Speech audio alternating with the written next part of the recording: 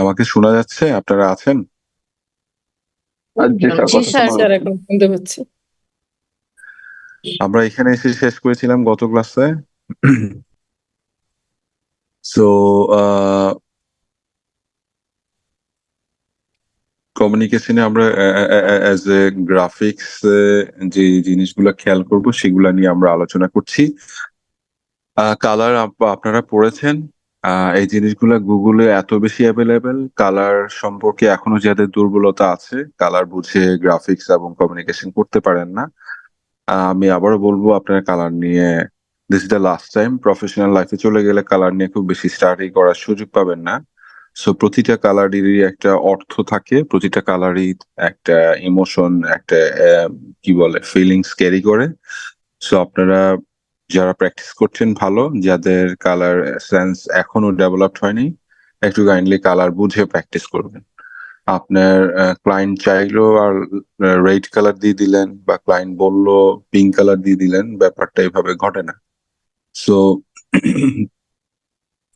কেন ব্লুতে যাবেন, কেন রেডে যাবেন, কেন গ্রিনে যাবেন, এটা একটা লজিক্যাল কজ থাকতে হবে। আপনার যে ব্র্যান্ডটা বা যে অর্গানাইজেশন নিয়ে কাজ করছেন, তাদের ব্র্যান্ড অবজেক্টিভ কি, ব্র্যান্ড পার্সোনালিটি কি, এসব যাতে আপনার কমিউনিকেশন ডিজাইনে বা আপনার যে ক্রিয়েটিভ ডেভেলপ করছেন সেটাতে যাতে অ্যালাইন থাকে।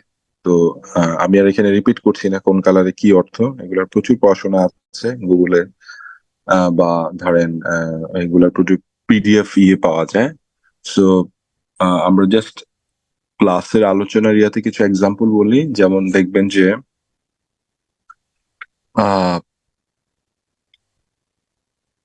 টেকনোলজিক্যাল ব্র্যান্ডগুলি, এখানে আপনারা দেখতে পাচ্ছেন একটা লাইন আছে, সবচেয়ে বেশি ইউজ করে ব্লু কালার, কারণ এখানে ট্রাস্ট, ডিপেন্ডেবিলিটি, স্ট্রেংথ, এই যে জিনিসগুলো ওরা দেখাইতে চায়।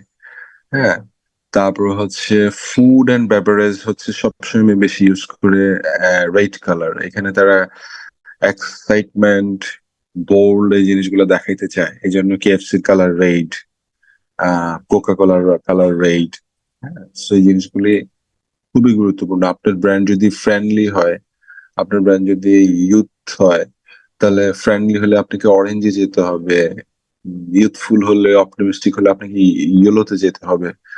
আপনার ব্র্যান্ড যদি ক্রিয়েটিভ হয়, তাহলে ইটস পার্পল, পার্পল সেগমেন্টে যেতে হবে। আপনি যদি ইকো ফ্রেন্ডলি ব্র্যান্ড হন, আপনি ওয়ার্ল্ড আর্ট নিয়ে কেয়ার করেন, তারপর হচ্ছে হেলদি ব্যাপারটাকে, আপনি হাইজিন ব্যাপারটাকে প্রায়োরিটি দেন, তাহলে আপনাকে গ্রিনে যাইতে হবে। সেই ধরনের ব্যাপারগুলি আপনার কমিউনিকেশনে যাতে থাকে। So, আমরা বলছিলাম যে কি কি কমিউনিকেশন ডিজাইনের ক্ষেত্রে আমরা ফলো করব, ওই জিনিসগুলো নিয়ে আলোচনা হচ্ছিল। আপনার কমিউনিকেশনে আহ এটা হচ্ছে একটা শর্ট কি নোট মনে রাখার জন্য, আপনার কমিউনিকেশন হচ্ছে যত বেশি সিম্পল রাখা যায়। So keep it so simple, যে কোনো কিছু আপনার এই কমিউনিকেশন যাতে মানুষ সহজেই বুঝতে পারেন আপনি কি বুঝাইতে চাচ্ছেন, কি বলতে চাচ্ছেন। এইটা যে কোনো প্ল্যাটফর্মে হোক, ডিজিটাল প্ল্যাটফর্মে হোক আর হচ্ছে ট্রেডিশনাল প্ল্যাটফর্মে হোক। সো এইটা একটু মাথায় রাখবো আমরা সব সময়। এবং একটা জায়গায় বলা আছে যে যে কমিউনিকেশন বা গ্রাফিক ডিজাইনার যত বেশি স্পেস ছেড়ে কাজ করতে পারে, উনি হচ্ছে তত ভালো ডিজাইনার, কমিউনিকেশন করতে পারেন। আপনি যখন ডিজাইন করবেন, ডিজাইনের সাথে ব্র্যান্ড এসেন্সটার কানেক্টিভিটি কতটুকু, কতটুকু ব্র্যান্ড ইনকর্পোরেট করতে পেরেছেন, এইটা একটু খেয়াল রাখবেন। যে যেমন এইটা আমাদের একটা প্রজেক্ট ছিল, স্মার্টেক্স ফ্যাশন ব্র্যান্ডের নাম হয়তো শুনেছেন বা দু একজন দেখে থাকতে পারেন। স্মার্টেক্স এর লোগোর ঠিক এই জায়গায় ওদের একটা অ্যারো রিভার্স করা একটা আইকন আছে, যেটা দিয়ে আপনার ধরেন যে লোকেশন বা গুগল ম্যাপে এখন ইউজ করা হয়। তো এই আইকনটা দিয়েই হচ্ছে ওমেনের আইকন বানানো হয়েছে, এই আইকনটা দিয়ে ম্যানের আইকন বানানো হয়েছে। ওমেনের আইকনটা, ওমেনের শোল্ডার চিকন হয়, ম্যানের শোল্ডার মোটা হয়, এই আইকনটা দিয়ে গার্লস এর ক্যাটাগরি বোঝানো হয়েছে, এই আইকনটা দিয়ে বয় ক্যাটাগরি বোঝানো হয়েছে। গার্লস এ দুইটা যুক্তি আসছে, বয় ক্যাটাগরিতে একটা স্পাইকের মতো চুল আসছে। তো এইটা হচ্ছে শোরুমের প্রোডাক্ট ক্যাটাগরি বেজ আইকন। তারা তাদের শোরুমে, যখন আপনি আড়ং এ যান মেন্স কালেকশন, ওমেন্স কালেকশন, এই ধরনের কিছু লেখা বা রাইটার বা আইকন দেখে থাকেন। তো এই আইকন গুলো দিয়ে তারা তাদের ইন্টারনাল শোরুম কমিউনিকেশন ডেভেলপ করেছিলেন। তো আপনি যে এলিমেন্টস ইউজ করছেন ওইটা ডিপেন্ড করছে যে আপনি আপনার ভালো লাগলো ইউজ করে ফেললেন, নাকি এটার সাথে ব্র্যান্ড অ্যাসোসিয়েশন আছে, সেটা শেপ হোক, কালার হোক, এভরিথিং। আপনার কমিউনিকেশনে যেটা আমরা মাত্রই বলছিলাম, টু মেনি টেক্সট ইউজ করা যাবে না, ভিজুয়াল দিয়েই আপনাকে অনেক কিছু বুঝাই দিতে হবে। আহ, উম, আহ, যে আপনি যেটা বলতে চাচ্ছেন, যেটা দেখাইতে চাচ্ছেন, ওইটা কতটুকু ইয়ে। এখানে দুই ধরনের দুইটা পোস্টার আছে, একটা হচ্ছে গলফ টুর্নামেন্টের জন্য। সো আপনি কিন্তু দেখেই বুঝতে পাচ্ছেন কিছুটা what is all about. But আর এটা হচ্ছে আরেকটা ইভেন্টের পোস্টার, টেস্ট অফ ঢাকা নামে একটা ইভেন্ট হয়েছিল। তো ওখানে এইখানে এত টেক্সট, হ্যাঁ, আপনার জন্য বোঝা কষ্টকর, এত ইমেজ, সবকিছু দেখাতে চেয়েছে ডিজাইনার। সো এই জিনিসগুলো আমরা মাথায় রাখবো যে কতটুকু দেখাবো। কমিউনিকেশন ক্ষেত্রে আমরা কখনো ড্রপ শেডো বা এই জিনিসগুলো ইউজ করব না যদি কোনো লজিক্যাল কজ না থাকে। কারণ হচ্ছে শ্যাডো, ড্রপ শ্যাডো এগুলো এক সময় ইউজ হতো। তারপর হচ্ছে আমি যেটাই কিছুক্ষণ আগে বলার চেষ্টা করলাম, ওভার ক্রাউডেড ইনফরমেশন আপনার কম্পোজিশনে দেওয়া যাবে না, এটা অ্যাস্থেটিক ভ্যালু নষ্ট করে দেয়। সো এই ধরনের জিনিস থেকে আমরা প্র্যাকটিস যত কম করবো তত ভালো। আমরা কখনোই ইন্টারনেটে free usable clip art use করবো না, যেটা আপনার কমিউনিকেশনের স্ট্যান্ডার্ড নষ্ট করে দিবে। আমরা কপিরাইট ব্যাপারটা মাথায় রাখবো। কপিরাইট ইস্যু হয় এরকম কোনো রিসোর্স এলিমেন্টস ইউজ করবো না। আমরা যদি কারোর রিসোর্স এলিমেন্ট ইউজ করি, সেটা পারমিশন ক্ষেত্রে তাকে অবগত করে সে যদি ফ্রি ইউজ করতে চেয়ে তখন আমরা ইউজ করব। তো এই ধরনের ক্লিপার বা এই লো ক্যাটাগরির ইমেজ আপনার কমিউনিকেশনের ইয়ে নষ্ট করে দেয়, আপনি যদি এটা সিরিয়াস কোনো জায়গায় ইউজ করেন।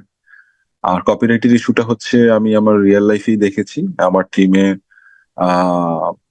আমি যখন এজেন্সিতে ছিলাম, ওই ছবিটার দাম ছিল, ওইটা একটা ইন্ডিয়ান সাইট ছিল, ওই ছবিটার দাম ছিল, যদি আমরা ছবিটা কিনে ইউজ করতাম, 20,000 টাকা বাংলা টাকায়। কিন্তু ওই ডিজাইনার বুঝতে পারেননি, সে ছবি ইউজ করে ফেলছে এবং ফাইনালি ওই ছবি অ্যাপ্রুভ হয়ে গেছে। ওইটা দিয়ে প্রেস সেট করা হয়েছে, ওইটা বিলবোর্ডে গিয়েছে, ওইটা দিয়ে ডিজিটাল মার্কেটিং করা হয়েছে, এবং এটা বাংলাদেশের খুবই বড় একটা কোম্পানির নুডলস এর জন্য করা হয়েছে, এবং সেই কোম্পানিটার নাম হচ্ছে বসুন্ধরা গ্রুপ। সো যখন ইন্ডিয়ান ওই এজেন্সি বুঝতে পারলো তাদের ফটোগ্রাফি উইদাউট তাদের কনসার্ন বা কিনা ছাড়া ইউজ করা হয়েছে, তারা এবং অনলাইনে যখন তারা ফিল্টার করে দেখলো এটা বাংলাদেশের মোটামুটি আহ সেরা 10-20টা এজেন্সির মধ্যে একটা এজেন্সি যারা এই জিনিসটা ইউজ করেছে, এবং বাংলাদেশের ধরেন টপ 5 কোম্পানির মধ্যে একটা কোম্পানি যারা এই ছবিটা কিনা ছাড়া ইউজ করেছে। এখন কেউই কিন্তু জানতো না, বসুন্ধরা গ্রুপও জানতো না, ওই এজেন্সিও জানতো না, এটা শুধু গ্রাফিক ডিজাইনার এবং ওই টিমে যারা ছিলেন তারা এটা সোশ্যাল মিডিয়া পোস্টের জন্য বানিয়েছিলেন। তো সোশ্যাল মিডিয়া পোস্ট সামহাও এটা ধরেন কিউসি করা ছাড়া, এজেন্সির সিডি বা ক্রিয়েটিভ ডিরেক্টর দেখানো ছাড়া ক্লায়েন্ট সার্ভিস কি করেছে, ক্লায়েন্টকে ইমেলে পাঠিয়ে দিয়েছে। এখন ক্লায়েন্ট তো এটা পছন্দ করে বসছে, বাট আফটার পাবলিকেশনস এটা it's become a very big issue, এবং এইটার জন্য ওই কোম্পানি লিগেল নোটিশ পাঠায়, এবং ওই নোটিশের সাথে আপনার ইটস নেয়ার অ্যাবাউট 12 লাখ টাকার একটা জরিমানা, ফিনান্সিয়াল জরিমানা পাঠায়, নোটিশ পাঠায়। তো ফাইনালি ওইটা নেগোসিয়েশন হয়ে ওই এজেন্সিকে 8 লাখ টাকা দিতে হয়। তো ছবিটার দাম কিন্তু ছিল মাত্র 20,000 টাকা। তো আপনারা যারা প্রফেশনালি কাজ করবেন এবং এখনো করছেন, খুব বি কেয়ারফুল। আপনি হয়তো বুঝতে পারছেন না যে ওই কোম্পানি বা এজেন্সি কিভাবে আপনার এই ইমেজ ট্র্যাক করবে, বা ট্র্যাক করে একদম পিক্সেল পর্যন্ত ট্র্যাক করা যায়। হ্যাঁ, তো আপনারা যতটুকুই চেষ্টা করবেন ম্যানিপুলেট করবেন, রিসোর্স আপনারা ইউজ করতেই পারেন, কিন্তু ওটা যদি কপিরাইট নোট থাকে সেই রিসোর্স ইউজ করা উচিত নয়। আর যেগুলো আপনি ফ্রি ইউজ করবেন সেগুলো তো ফ্রি ওয়েবসাইটে প্রচুর আছে, এবং গুগলেও প্রচুর ফ্রি অ্যাসেট আছে, ওখান থেকে ইউজ করবেন। বাট ইউজটা এমন পর্যায়ে করবেন যে হয়তো বোঝা না যায় আপনি সরাসরি তার জিনিসটা অ্যাসেট ইউজ করেছেন। আপনার কিছু ট্রিটমেন্ট থাকবে, কম্পোজিশন থাকবে এখানে, এটা একটু মাথায় রাখবেন। তারপরে হচ্ছে এইটা একটু আমরা দেখবো যে ফোরগ্রাউন্ড এন্ড ব্যাকগ্রাউন্ড ইউজের ক্ষেত্রে আমাদের সবসময় একটু কেয়ারফুল থাকতে হবে যে আমরা যেটা দেখাইতে চাই ওইটা ব্রিফের সাথে ক্লিয়ার কিনা। এখানে দেখেন একটা ইমেজ দেখা যাচ্ছে, ব্রিফটা ছিল এরকম যে প্রত্যন্ত পাহাড়ি অঞ্চলে আমরা আমাদের ওষুধ পৌঁছে দিতে পারি। হ্যাঁ, তো সেক্ষেত্রে কিছু ঔষধের জন্য ফ্রিজার কাভার্ড ভ্যান দরকার হয়, ঠিক আছে? তো ফ্রিজার কাভার ভ্যান যখন দরকার হয় তখন হচ্ছে এই ভ্যানটা কত ঘন্টা ফ্যাক্টরি থেকে বা ঢাকা থেকে যদি মফস্বল বা জেলা পর্যায়ে যায় তাহলে কত ঘন্টা পর্যন্ত ফ্রিজিং ক্যাপাসিটি রাখতে পারে, ওই ওষুধটা টিকে থাকবে বা বেঁচে থাকবে বা ওইটার মেয়াদ ঠিক থাকবে। এইটার সাথে এই ভিজুয়ালের সাথে ব্যাকগ্রাউন্ডটা পারফেক্ট কিনা, এইটা ওই ব্রিফের সাথে অ্যালাইন কিনা। সো এখানে আরেকটা অপশন আছে। তো আপনি ধরেন এই ব্যাকগ্রাউন্ডটা আপনার কাছে ভালো লেগেছে, আপনি এটা ইউজ করলেন, বাট আপনার ব্রিফে ছিল যে দূরত্ব বুঝাইতে হবে এবং এমন একটা এনভায়রনমেন্ট বুঝাইতে হবে যেটা হচ্ছে যে ডিস্টেন্স ক্যারি করে এবং হচ্ছে যে এই ভেহিকেলটা লং রুট পর্যন্ত যেতে পারে। তো এই ব্যাকগ্রাউন্ডে জিনিসটা মোর ফোকাসেবল না এই ব্যাকগ্রাউন্ডে জিনিসটা মোর ফোকাসেবল? আপনি হয়তো এখানে একটা সিটি অ্যাটমসফিয়ার বুঝাচ্ছেন, এটা দিয়ে ডিস্টেন্স বোঝাচ্ছে না। সো আপনার ফোরগ্রাউন্ডে আপনার প্রোডাক্ট ঠিক আছে কিন্তু ব্যাকগ্রাউন্ডের সাথে এটা মার্জ হয়নি যখন আপনি কম্পোজিট বা ইমেজ ম্যানিপুলেশন করেছেন। সো আমি কি বুঝাতে পারছি? সবাই কি অ্যালাইন আছেন? জি জি স্যার। স্যার। আচ্ছা, জি স্যার। আরেকটা এক্সাম্পল দেখি আমরা। আপনাকে বলা হলো যে এইটা হচ্ছে আরেকটা ভেহিকেল, এইটার ক্যাপাসিটি হচ্ছে 1 থেকে 1.5 টন মালামাল ক্যারি করে। সো এইটা গ্রামের একদম ক্ষেত থেকে তরু তরকারি কালেকশন করতে পারে কৃষকরা, তার অ্যাবিলিটির মধ্যে এই গাড়িটা কিনতে পারে যে কিনা এই গাড়িটা দিয়ে শহর জেলা পর্যায় থেকে শহর পর্যায় পর্যন্ত কৃষি পণ্য পৌঁছে দিতে পারে। হ্যাঁ, এটা ছিল ব্রিফ।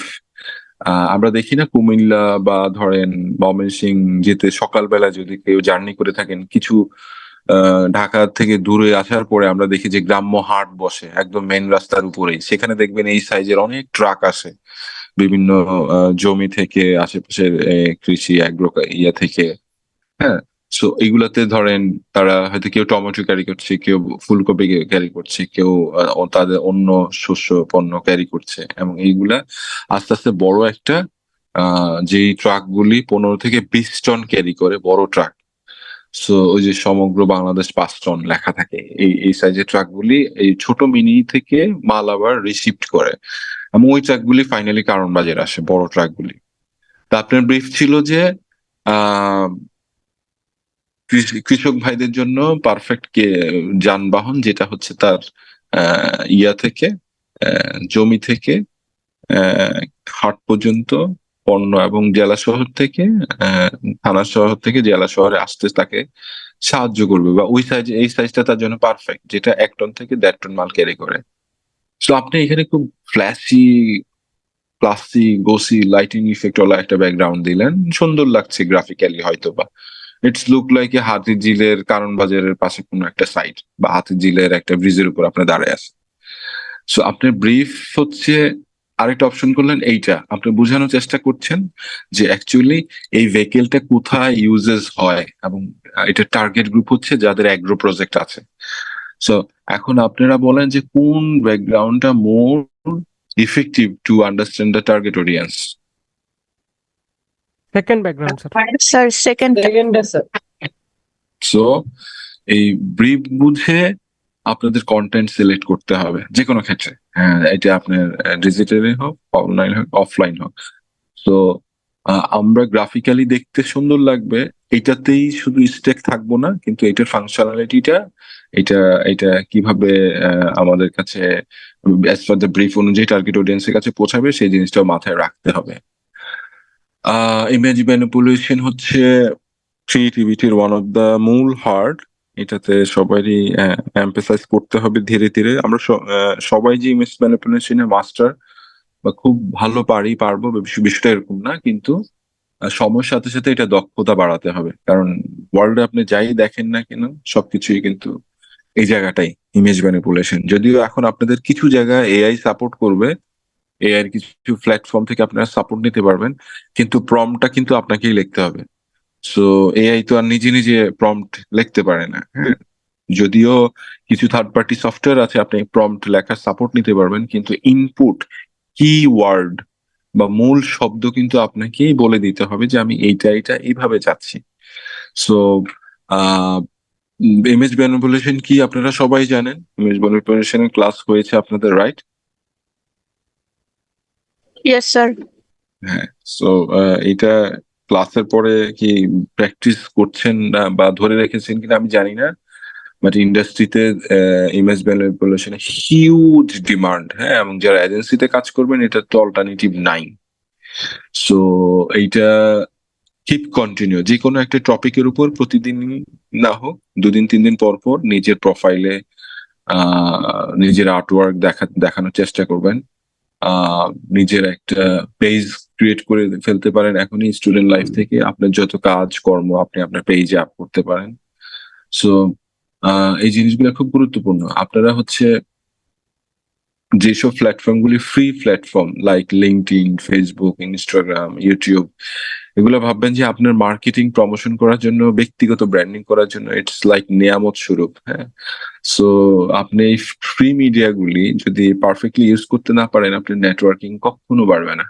সেটা খুবই গুরুত্বপূর্ণ যে আপনি ফ্রি মিডিয়া গুলি কিভাবে ইউজ করছেন।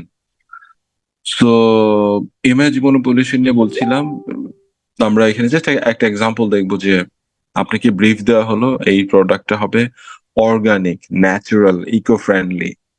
তো আপনি যখন এই কিওয়ার্ড গুলি নিয়ে ইমেজ বাছতে থাকবেন, খুঁজতে থাকবেন, তখন অনেকগুলি ইমেজ হয়তো আপনি শর্ট লিস্ট করছেন। প্রতিটা জিনিস থেকেই আপনি মনে করছেন এক একটা এলিমেন্টস নিয়ে আপনি ইউজ করবেন, কিন্তু কি বানাচ্ছেন ওই জিনিসটা কিন্তু আপনাকে মাথায় আগেই রাখতে হবে অ্যাজ পার দ্য ব্রিফ। অথবা আপনি কোন টপিকের উপরে কাজ করছেন। আপনি ধরেন নিউ বাংলাদেশ নিয়ে একটা ইমেজ কম্পোজিশন করবেন, তাহলে নিউ বাংলাদেশ বলতে আপনি কি বোঝাচ্ছেন, কি কি এলিমেন্টস আসতে পারে, কি কি কম্পোনেন্ট আসতে পারে আপনার গ্রাফিক্সে, এটা খুব আগে এটা লিস্ট করে ফেলবেন। লিস্ট করে তারপর হচ্ছে সেই রিলেটেড ইমেজ, ফটোগ্রাফি বলেন বা স্কেচ বলেন খোঁজা শুরু করবেন। দেন জিনিসগুলো আস্তে আস্তে আস্তে আস্তে আস্তে আপনি কম্পোজিটিং ইয়াতে নিয়ে যাবেন। সো এখানে আমরা বিফোর কিছু ইমেজ দেখতে পাচ্ছি, তারপর হচ্ছে আফটার দ্য কম্পোজিশনস, যে এটা হচ্ছে অর্গানিক একটা প্রোডাক্ট, ওই ধরনের একটা ব্রিফ ছিল। সো ডিজাইনার এইভাবে জিনিসটাকে উনি কম্পোজিশন করেছেন। তো এই ধরনের প্রচুর এক্সাম্পল আপনারা লিঙ্কডইনে পাবেন, বেহেন্সে পাবেন, তারপর হচ্ছে প্রচুর প্ল্যাটফর্ম আছে আমাদের ডিজাইনারদের জন্য, ওখানে পাবেন।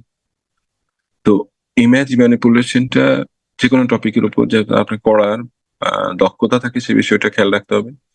এইটা একটা ফ্যাশন লাইফস্টাইলের জন্য কম্পোজিশন রিসোর্স, কি কি রিসোর্স থেকে সে এখান থেকে এই পর্যায়ে এসছেন, হ্যাঁ। এটা একটা ব্র্যান্ডের ভিজুয়াল অ্যাপ্রোচ, যে আলমিরা খুললে আপনাকে লুকে লাইক এরকম গর্জিয়াস দেখতে পারবেন। সেই আলমিরাটাকেই এমন ভাবে কম্পোজিশন করেছেন যে আপনাকে অ্যাস্থেটিক্যালি সে ডিফারেন্টলি দেখাইতে চায়। সে ধরনের প্রচুর এক্সাম্পল পাবেন। আমরা আরেকটা ছবি দেখছি যে ফটোগ্রাফিটা এইভাবে করা হয়েছে, কিন্তু আফটার দ্যাট এটা একটা কম্পোজিশনাল ট্রিটমেন্ট হয়েছে, কিছু ভিজুয়ালস জায়গায় কিছু এলিমেন্টস ঢুকানো হয়েছে। তারপর হচ্ছে বিজ্ঞাপনটা কিছু কপি ওয়ার্ড ছিল, কিছু স্ক্রিপ্ট ছিল, এভাবে ফাইনালি জিনিসটা পাবলিশ হয়েছে। সো ইটস নট পসিবল যে একটা মানুষ এক হাতে গাড়িটাকে উঠিয়ে ফেলেছে, but this is the compositions, বা মানুষকে আপনার অডিয়েন্সকে অ্যাট্রাক্ট করার একটা থটস, যে এই ধরনের ছবি বা ফটোগ্রাফি আমাদের ওই অ্যাডের উপর আকর্ষণ বাড়াতে সাহায্য করে, হ্যাঁ। সো এখানে আরো কিছু বিফোর ফটোগ্রাফি এলিমেন্টস, যে আমরা স্পোন দেখতে পাচ্ছি, নাইফ দেখতে পাচ্ছি, ফ্রক দেখতে পাচ্ছি, কিছু ডায়মন্ডের মতো পিসেস দেখতে পাচ্ছি। আফটার দ্যাট কম্পোজিশনটা এভাবে হয়েছে, হ্যাঁ। সো এইটার হয়তো স্পেসিফিক একটা ব্রিফ ছিল যে কেন এভাবে কম্পোজিশনটা হয়েছে। এই জিনিসটার উপরেই কিন্তু কমিউনিকেশন ডিপেন্ড করে যে আমরা ক্রিয়েটিভলি এস্থেটিক্যালি কতটুকু ইমেজ ম্যানিপুলেশনে দক্ষ। হ্যাঁ, সো আমরা কিভাবে কমিউনিকেশন করি এটা বোঝাটা একটু জরুরি। আমাদের ব্রেইনে দুইটা পার্ট থাকে, লেফট ব্রেন, রাইট ব্রেন, ঠিক আছে? আই বিলিভ এখানে আপনার বেশ কয়েকজনই জানার কথা। সো বাম পাশের বামালিন্দ বা ডানালিন্দ বলে, এটা হার্টের ক্ষেত্রে আছে। তো আপনার বেসিক্যালি লেফট ব্রেন রাইট ব্রেনের কাজ কি? এই ধরনের পড়াশোনা আপনারা আরো ডিটেল করতে চাইলে আপনারা ইউ ক্যান গো ইন্টারনেট, ওখানে আরো ডিটেলস আছে।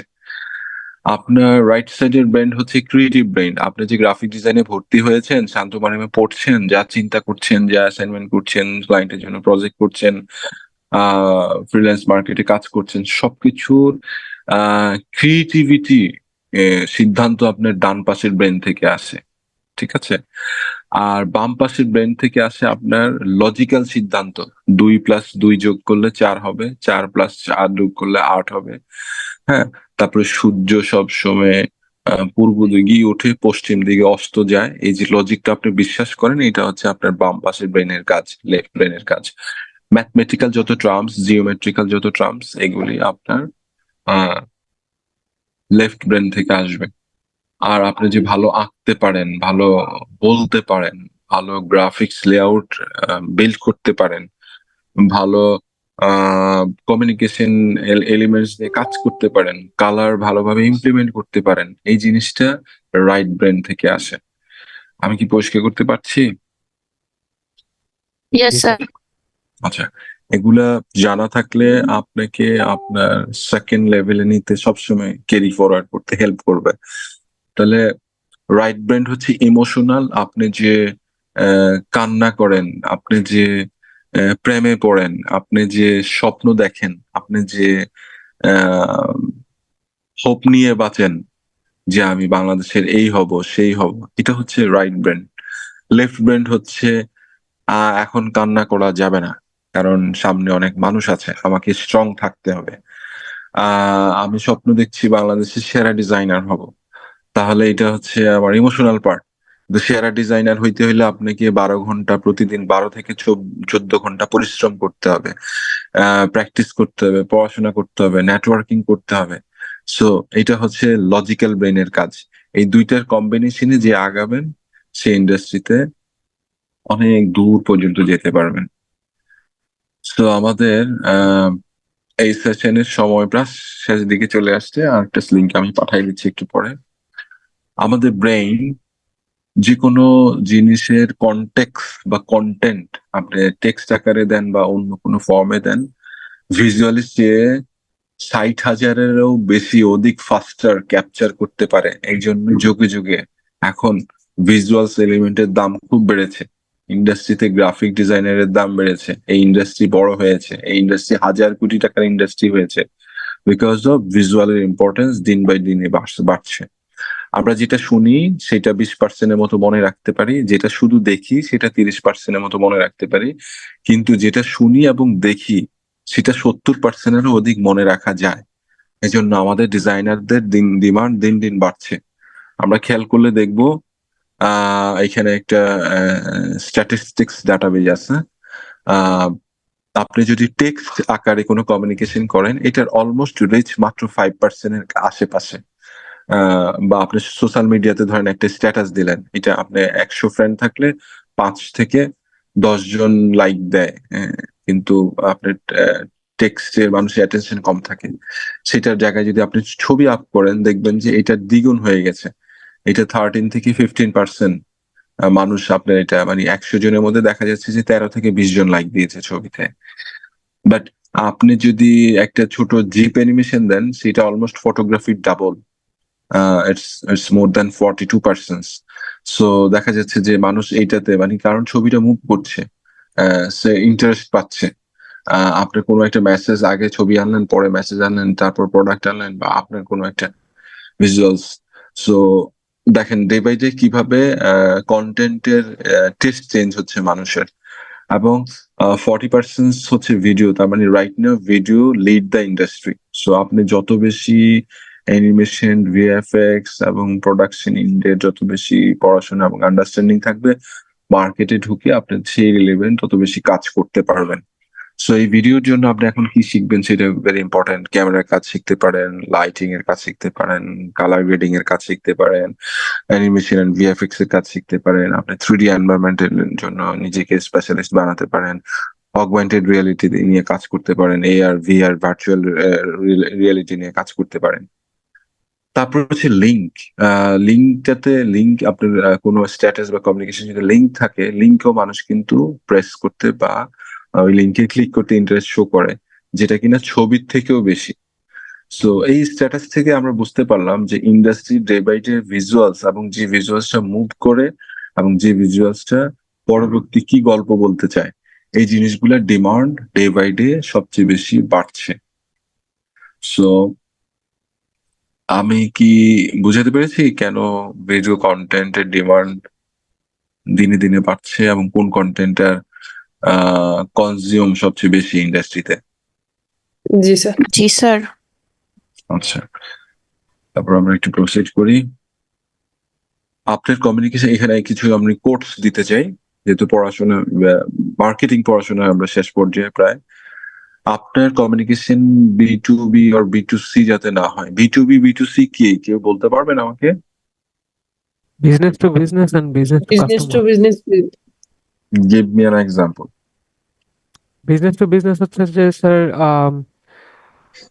Coca-Cola to like shopkeeper. Coca-Cola যদি শপকিপারকে যেটা দেয় ওটা হচ্ছে বিজনেস টু বিজনেস, এবং শপকিপার থেকে আমরা যেটা কনজিউম করি ওটা হচ্ছে বিজনেস টু কাস্টমার। না, কোকাকোলা টু শপকিপার যেটা হয় ওটা বিজনেস টু বিজনেস না, বাট আপনি পরে যেটা বলেছেন B2C, ওইটা গুড, ওইটা পারফেক্ট এক্সাম্পল। B2B হচ্ছে কোকাকোলা সারা বাংলাদেশে তার মাল ডিস্ট্রিবিউট করে, রাইট, তার ফ্যাক্টরি থেকে। ওকে, সো এই ডিস্ট্রিবিউট করার জন্য তার সাপ্লাই চেইনে 100টা ট্রাক লাগবে। সো এই 100টা ট্রাক সে অশোক লেল্যান্ড থেকে কিনেছে, ইফাদ গ্রুপ থেকে, অথবা টাটার ট্রাক কিনেছে নিটল নিলয় থেকে। তো কোক যে টাটার সাথে বা নিটল নিলয় অথবা ইফাদ গ্রুপের সাথে যে কন্ট্রাক্ট করলেন, আমার 100টা ট্রাক লাগবে, এর বিনিময়ে হচ্ছে আমার বিল আসছে 2 কোটি টাকা বা 200 কোটি টাকা। এইটা হচ্ছে B2B বিজনেস। বুঝতে পেরেছি? জি স্যার। শপকিপারকে যেটা দেয় সেটা B2B ক্যাটাগরিতে পড়ে না, বাট ইন এ সেন্স আপনি বলতে পারেন, but it's have to be the group to group অথবা big business to big business. ঠিক আছে?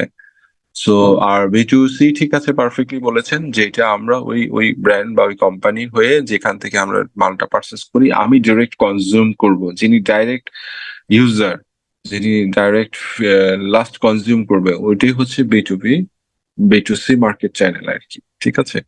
সো আমি যেটা মনে করি as a man, the communication should be H to H, human two human. there shouldn't be B2B B2C। এটা আমি believe করি। হ্যাঁ, এটা কোনো বইয়ের স্টেটমেন্ট না, এটা আমার স্টেটমেন্ট। সো আপনি যখন কাজ করবেন, আপনি যে প্রোডাক্ট নিয়ে কাজ করছেন ওইটা মানুষের জন্য উপকারী কিনা, কতটুকু উপকারী, কতটুকু এলিমেন্টস আছে ওইটাতে, কতটুকু nutrition content, fact, calorie, others জিনিস ক্যারি করে, এটা কতটুকু সেফ, এই জিনিসগুলো ভিজুয়াল ডিজাইনার হিসেবে আপনার উঠিয়ে আনা, সামনের মানুষের চোখের সামনে নিয়ে আসা খুবই গুরুত্বপূর্ণ। তো এই জায়গাটা এই জন্য আপনাদের কিছু যে কোনো কমিউনিকেশন করার আগে অবশ্যই আপনারা ওই প্রোডাক্ট বা সার্ভিসটা নিয়ে বিস্তারিত আলোচনা করে নেবেন, এটার ইনসাইট জানার চেষ্টা করবেন। সো এইটা হচ্ছে sales give up and down, মানে হচ্ছে গো আপ অ্যান্ড ডাউন। বিষয়টা এরকম যে সেলস আপনার আজকে আপনার টার্গেট অনুযায়ী সেলস করতে পারছেন, কালকে পারেন নাই, বা পরশুদিন পুরা হিস্টোরি চেঞ্জ করে ফেলছেন, সবচেয়ে বেশি সেলস পেয়েছেন, আবার পরের দিন পারেননি। সেলসে আপ এন্ড ডাউন আছে। হ্যাঁ, সেলস আপনাকে একসময় অনেক বড় করবে, আবার অনেক ছোট করবে, কিন্তু সার্ভিস যদি ঠিক থাকে, আপনার সেলস সবসময় একটা কন্টিনিউয়াস প্রসেসে থাকবে। So as a graphic designer বা কমিউনিকেশন ডিজাইনার যারা ইন্ডাস্ট্রিতে আসতেছেন, আপনারা কিন্তু সবাই সার্ভিস বিক্রি করবেন। সো আপনি আজকে 5টা ক্লায়েন্ট পাচ্ছেন, পরের মাসে দেখবেন যে ক্লায়েন্ট নাই। এটা খুব স্বাভাবিক। কিন্তু আপনার ব্যবহার, অ্যাটিটিউড, আপনার সৌন্দর্য, কথা বলার ভদ্রতা, আপনার কমিউনিকেশন ল্যাঙ্গুয়েজ, আপনার পোর্টফোলিও প্রেজেন্টেশন সবকিছু যাতে ক্লায়েন্ট সেন্ট্রিক, ক্লায়েন্ট ফ্রেন্ডলি হয়।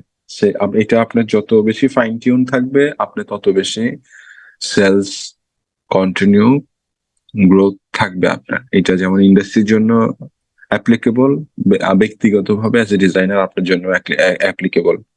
সো এই জিনিসগুলো প্রফেশনাল লাইফে যেহেতু ঢুকবেন সামনে, এই জিনিসগুলো মাথায় রাখবেন। আচ্ছা, উনি হচ্ছেন আমার ফেভারিট একজন মার্কেটিং স্পেশালিস্ট। ওনাকে আধুনিক মার্কেটিং এর জনক বলা হয়, father of modern marketing, Philip Kotler. আপনারা হয়তো অনেকেই নাম শুনেছেন। এখানে উনি একটা কোটস বলার চেষ্টা করছেন, the best advertising is done by your satisfied customers. আপনাকে হাজার কোটি টাকা, শত কোটি টাকা দিয়ে বিজ্ঞাপন বানাতে হবে না, যদি আপনি কাস্টমারকে স্যাটিসফাইড করতে পারেন, সেই আপনার হয়ে বিজ্ঞাপন দেওয়া শুরু করবে তার পার্শ্ববর্তী প্রতিবেশীদেরকে, আত্মীয় স্বজনদেরকে, যে ওইটার প্রোডাক্টটা কিন, ওই থেকে পাঞ্জাবিটা কিন, ওই কোম্পানির দুধটা ভালো, আইসক্রিমটা ভালো। তো আপনি কিন্তু পাশের রিভিউটাকে খুব মূল্যায়ন করেন, বরং একটা টিভি অ্যাডের থেকেও বেশি। সেই জিনিসটা আপনারা যখন কাজ করবেন মাথায় রাখার চেষ্টা করবেন, যাতে আপনার অ্যাডভার্টাইজিংটা বা আপনার প্রোডাক্টের ভ্যালু বা আপনার সার্ভিস এমন পর্যায়ে যায় যে মানুষ স্যাটিসফাইড, আপনার টার্গেট গ্রুপ স্যাটিসফাইড, সে নিজের হয়ে আপনার জন্য বিজ্ঞাপন করে দিবে। আচ্ছা, আমাদের ক্রিয়েটিভ ইন্ডাস্ট্রির আরেকজন গুরু হচ্ছেন ডেভিড অগলবি অ্যান্ড মাদার এজেন্সি। ওনার নামে এজেন্সিও আছে ওয়ার্ল্ড ওয়াইড, বাংলাদেশে ওইটার শাখা আছে। আপনার কয়েকজন নাম শুনেছেন জানি না। সো উনি একটা কোটস দিয়েছেন যেটা আমার খুবই মানে favourite, if it doesn't sell it is not creative. আপনার কমিউনিকেশন, আপনার অ্যাডভার্টাইজিং, আপনার থটস যদি মানুষের পছন্দ না হয়, এটা যদি সেলফ ইম্প্যাক্ট না করতে পারে, তার মানে আপনি কমিউনিকেশন ক্রিয়েটিভ হয় নাই। হ্যাঁ, তো আপনার প্রতিটা কাজ অ্যাজ এ ভিজুয়াল ডিজাইনার, যে কোম্পানির জন্যই করেন, যে অর্গানাইজেশনের জন্যই করেন না কেন, এটা যাতে সরাসরি সেলস ইম্প্যাক্ট পড়ে। 1% হলেও যাতে সেলস বাড়ে আপনার এই গ্রাফিক্সটার কারণে, আপনার এই কমিউনিকেশনটার কারণে। সেলস এবং এঙ্গেজমেন্ট এই জিনিসটা খুবই গুরুত্বপূর্ণ। সো আপনি অনেক বিউটিফুল একটা জিনিস করলেন, কিন্তু এটা আপনার সেলস বা এঙ্গেজমেন্টে হিট করলো না, তখন জিনিসটা পুরাই ডিক্লাইন চলে যায়। আমি বুঝতে পারছি। তো আমরা আবার কন্টিনিউ করে আমরা যে জায়গাটায় ছিলাম, যে আমরা এতদিন ধরে শুরুর ক্লাস থেকে এখন পর্যন্ত বোঝার চেষ্টা করছি যে একজন ডিজাইনারকে কেন মার্কেটিং বুঝতে হবে, একজন মার্কেটিয়ারকে কেন ডিজাইন বুঝতে হবে। আমি জানি না লাস্ট 4টা থেকে 5টা ক্লাসে আপনাদেরকে এই জিনিসটা পরিষ্কার কতটুকু করতে পেরেছি, বাট আপনি তখনই সাকসেসফুল ডিজাইনার হবেন, কমিউনিকেশন স্পেশালিস্ট হবেন, যতক্ষণ পর্যন্ত আপনি মার্কেটিং কে ক্যারি করবেন। আদারওয়াইজ আপনার টোটাল অবজেক্টিভই বেঁচতে যাবে। শুধু Illustrator, Photoshop, Blender, after effects, cinema 4D specialist হলে কোনো লাভ নাই। আপনার মার্কেটে অনেক চ্যালেঞ্জে পড়বেন। আপনি যদি মার্কেটিং বুঝেন, তার সাথে সাথে এটাকে রাখতে পারেন, কন্টিনিউ করতে পারেন, আপনার জন্য কম্পিটিশন খুব সহজ হবে। এবং আপনি যাই করছেন, everything for sales and marketing. আপনি প্যাকেজিং বানান, আপনি একটা ভিএফএক্স বানান, আপনি একটা ফিল্ম বানান, আপনি একটা ডকুমেন্টারি বানান, আপনি একটা কমার্শিয়ালস বানান, everything we do for marketing, we do for sales. এবং it's become increase the sales actually. কত মানুষ চিনবে, কত জনপ্রিয়তা আপনার, সবকিছুই আমাদের অ্যাক্টিভিটিস গুলি ওইসবের জন্য আমরা করে থাকি।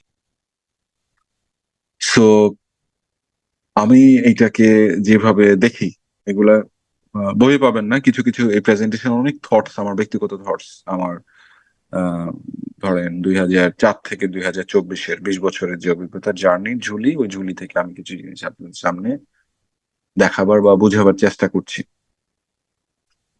তো আমি জিনিসটাকে যেভাবে দেখি ব্যক্তিগতভাবে, marketing versus design, it's like mark verse sign. Marketing এর মার্ক এন্ড ডিজাইনের সাইন।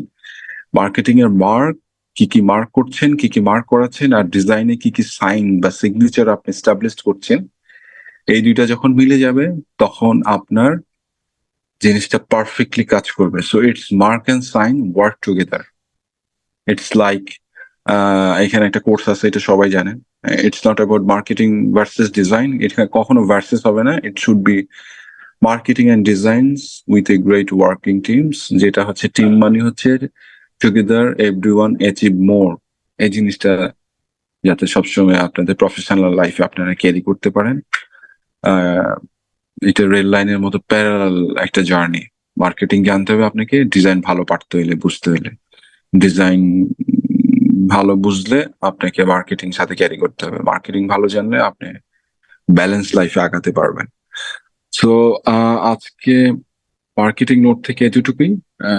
কিভাবে আপনার জায়গা থেকে ইনিশিয়েট করলে আপনার জিনিসটাকে আপনি নেক্সট লেভেলে নিতে পারবেন, এটা আমার রিয়েল লাইফের একটা এক্সাম্পল দেখাই আপনাদেরকে। আমি যখন হেড অফ ক্রিয়েটিভ ছিলাম ইফাদ গ্রুপের, তখন আমার মার্কেটিং এবং সেলস টিমের সাথে প্রচুর ফাইট হইতো, যেহেতু তখনও আমার ব্যক্তিগত ইন্টারেস্ট সবসময় আমি ক্রিয়েটিভ জায়গার সাথে সাথে আমি ব্র্যান্ড মার্কেটিং নিয়েও কাজ করব। তো এটা ছিল আমি যখন ইফাদ গ্রুপে জয়েন করি, ইটস ইটস অ্যাবাউট 2009-10-এর কথা। তখন ইফাদ গ্রুপের প্যাকেজিং এর চেহারা ছিল এরকম, হ্যাঁ, যে ইফাদ কে, ইফাদ নামে ইফাদকে মানুষ বাজারে চিনলো, আটা ময়দার জন্য ইফাদ বিখ্যাত ব্র্যান্ড হলো, একটা সময় এসে তীর, এসিআই, অন্য অন্য কম্পিটিশনের সাথে ইফাদের একটু স্ট্রাগল হচ্ছিল। তখন আমি বিষয়টা ম্যানেজমেন্টকে জানাই, আমি নিজে গিয়ে স্বপ্ন আগরা মিনা বাজারে দাঁড়ায় থাকতাম কনজিউমার সাইকোলজি স্টাডি করার জন্য। তো দেখতাম যে মানুষ অন্য অন্য ব্র্যান্ডের প্যাকেটটা ধরছে, কিন্তু যারা শুধু ইফাদকে চিনে তারাই শুধু ইফাদ কিনছেন, কিন্তু অন্য ক্লায়েন্টরা বা অন্য কনজিউমাররা খুব বেশি ইন্টারেস্ট ফিল করছেন না, বিকজ অফ ইফাদের প্যাকেজিং এর জন্য। এবং প্যাকেটের অবস্থান এমন পর্যায়ে চলে গিয়েছিল যে অনেক বছর ধরে প্রিন্ট হতে হতে এই প্যাকেজিং এর যে টেকনোলজি, ওই হেডগুলি ক্ষয় হয়ে যায়। সো ক্ষয় হওয়ার ফলে এই যে ইমেজটা প্যাকেটে ছিল ওইটা পর্যন্ত ডিসরাপ্টেড হয়ে গেছে, মানে অস্পষ্ট হয়ে যাচ্ছিল, কিন্তু কারো কোনো কনসার্ন ছিল না এটা নিয়ে।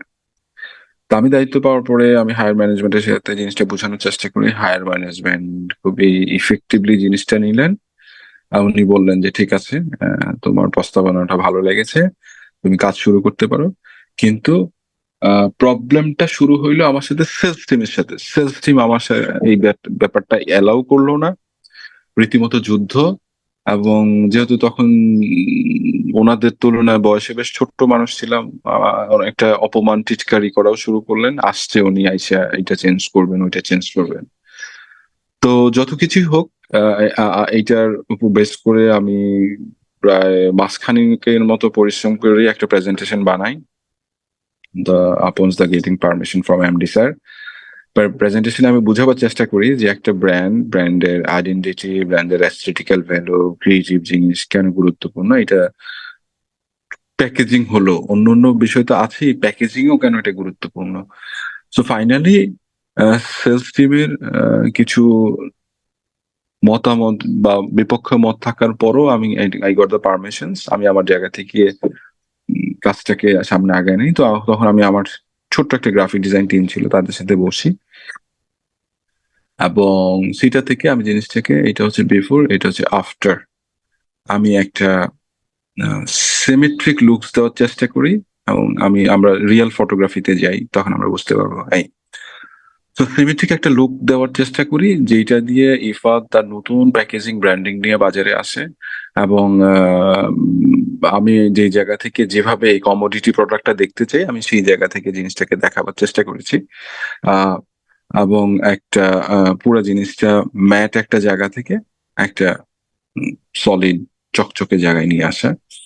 এবং বিলিভ ইট অর নট, শুধু এতটুকু কাজই করেছি আমি, জাস্ট প্যাকেজিং চেঞ্জ করেছি। এই টোটাল সেটটা, এই প্রোডাক্ট গুলোকে বলে কমোডিটি প্রোডাক্ট। ঠিক আছে, আটা ময়দা সুজি, এই প্রোডাক্ট গুলিকে কমোডিটি প্রোডাক্ট বলে। তো কমোডিটি ইন্ডাস্ট্রিতে Ifad got the revolution. Ifad যখন প্যাকেজিং চেঞ্জ করলো 2010-11 দিকে, তখন পুরো ইন্ডাস্ট্রি প্যাকেজিং চেঞ্জ করতে বাধ্য হয়েছে। কারণ ইফাদের প্যাকেজিং এ কিছু ট্রিটমেন্ট ছিল যেগুলো অন্য প্যাকেজিং, অন্য ব্র্যান্ডে ছিল না। এগুলো আমরা 3 মাসের মতো R&D করে, মার্কেট R&D করে জিনিসগুলো আইডেন্টিফাই করি যে লাইক হচ্ছে ক্যাটাগরি কালারিং, আটার কালার একটু ব্লু, ময়দার কালার একটু গ্রিন, ব্রাউন, আটার কালার একটু ব্রাউনিশ, সুজির কালার একটু পার্পল পিঙ্কিশ। সো পরে দেখা গেল সবাই ক্যাটাগরি কালার শুরু করলো। তারপর হচ্ছে ইফ আটা ময়দা প্যাকেট কিন্তু স্টোরে সোজা করে রাখা হয় না, যেহেতু ভারী প্রোডাক্ট, এগুলো কিন্তু শোয়া রাখা হয়।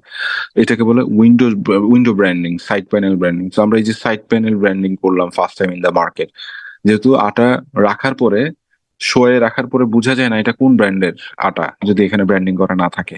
এখন আপনারা মার্কেটে গেলেই দেখবেন সকল প্যাকেজিং এর সাইড ব্র্যান্ডিং করা। So I am lucky enough যে Ifad is a first brand যে কিনা এই ধরনের ব্র্যান্ডিং এবং এই স্ট্যাটিক্যাল এরিয়াগুলি খুঁজে বের করে। তো এবং দ্য রেজাল্ট ইজ, দেখেন আপনাদের চোখের সামনে, শুধুমাত্র 2013-তে আটার মদের যে কমোডিটি প্রোডাক্ট আইটেমের যে সেলস ভলিউম ছিল ইফাদের, 2017-তে এসে ইটস অলমোস্ট 50% সেল ইনক্রিজ হয়েছে due to the only changes of packaging. এবং এই ডাটাটা হচ্ছে মডার্ন ট্রেড মার্কেটের ডাটা, মানে স্বপ্ন, আগোরা, মিনা বাজার এই ধরনের যে আউটলেট গুলিতে কমোডিটি প্রোডাক্ট বিক্রি হয়। সো দেখেন আপনার ক্রিয়েটিভ একটা ট্রিটমেন্ট টোটাল সেলসে হিট করেছে। হুম। আরেকটা এক্সাম্পল আমি দেখাইতে চাই, আমি যখন বসুন্ধরা গ্রুপে জয়েন করি অ্যাজ এ পোর্টফোলিও ম্যানেজার, তখন বসুন্ধরা গ্রুপের প্যাকেজিং এর চেহারা ছিল এরকম, হ্যাঁ, বা ওদের টিস্যুর ব্র্যান্ডিং ডিজাইন এরকম ছিল। সো আমি ঢুকার পরে মিনিমাম 50 থেকে 60টা প্যাকেজিং ডিস্ট্রয় করে ফেলি। এটা নিয়েও আমাকে অনেক যুদ্ধ ফাইট করতে হয়েছে, কারণ বসুন্ধরার সাথে ব্র্যান্ড বা কোম্পানি ওখানে সহজেই আপনার ডিসিশন এস্টাবলিশ করে ভেরি টাফ, মানে দে আর সো মাচ অ্যারোগেন্ট। তো ওই জায়গা থেকে আমি প্রায় 50 থেকে 70-80টা প্যাকেজিং ডিস্ট্রয় করি। এবং packaging as a Bashundhara tissue, এটা যে মানুষের সামনে যে ব্র্যান্ড অ্যাম্বাসেডর হিসেবে আসতে পারে, তার প্যাকেজিংটাই যে তার জন্য অ্যাসেট, সেইটা আমি বোঝাতে সক্ষম হই। কারণ টিস্যু আপনার পকেট থেকে শুরু করে আপনার কিচেন, টয়লেট, আপনার গাড়ির পিছনে, প্রধানমন্ত্রীর টেবিলে, প্রেসিডেন্টের টেবিলে, আপনার অফিসের মিটিং রুমে, আপনার চেয়ারম্যানের রুমে, আপনার এমডির রুমে, আপনার ক্লাসরুমে, সব জায়গায় সে যেতে পারে। তো আবার ডাইনিং এ যাচ্ছে, আপনার বিয়ের গায়ে হলুদে যাচ্ছে, রেস্টুরেন্টে যাচ্ছে, তো সব জায়গায় সে যায়। কিন্তু সব জায়গায় কি সে একই চেহারা একই ড্রেস আপে যেতে পারে? এটা কি লজিক্যাল? আপনার যে টিস্যু বক্সটা ডাইনিং টেবিলে আছে সেটাই কি সিইও বা এমডি রুমে থাকতে পারে সেই ডিজাইনটা? এই জায়গায় আমি বেশি জোর দেওয়ার চেষ্টা করেছি। স্ট্র্যাটেজিক্যালি আমি ম্যানেজমেন্টকে বুঝাতে চেষ্টা করেছি এবং ফাইনালি আলহামদুলিল্লাহ সক্ষম হয়েছি যে ইন্ডাস্ট্রি বুঝে, টিস্যুর ইউজ বুঝে এটার packaging, get up, set up, look and feel change হওয়া উচিত। এবং আমরা সেটা অনুযায়ী ঈদের স্পেশাল এডিশন বের করি, রমাদানের স্পেশাল এডিশন বের করি। রমাদানের প্যাকেজিং এর পিছনে কিন্তু ওই আরেক পাশে রমাদান ক্যালেন্ডার দিয়েছি, 30 মাসে সেহরি ইফতারের সময়সূচি দিয়েছি। রমাদানে এই ক্যালেন্ডারের চাহিদা খুব বেশি থাকে। সো আলটিমেটলি ধরেন আহ, এখানেও আপনি যদি দেখেন আমি 16-তে জয়েন করি, 17-র ডাটা দেখাচ্ছি, 35% সেলসে হিট করেছে। এবং আমরা স্পেশালি স্বাধীনতা দিবস প্যাকেজিং প্যাকেট এডিশন বের করেছি, 16 ডিসেম্বর বিজয় দিবস এডিশন বের করেছি, আমরা পয়লা বৈশাখের জন্য স্পেশাল এডিশন বের করেছি। মানুষ যখন গায়ে হলুদ দিতে যায়, হলুদ লাগানোর পরও টিস্যু দিয়ে গালটা মুছতে হয়, আমরা ওয়েডিং এডিশন বের করেছি, আমরা কিডস এডিশন বের করেছি। এখন হয়তোবা আমি বসুন্ধরায় নাই, কিন্তু আপনারা অনেকেই বসুন্ধরার প্যাকেজিং এ এই জিনিসটা দেখতে পারবেন বাজারে, আশা করি। সো আমি কি ছোট করে বুঝাতে পেরেছি কেন আপনার মার্কেটিং নলেজটা গুরুত্বপূর্ণ with your creative strength and essence? G sir. Yes, sir. G sir, বুঝতে পেরেছি। Any comments?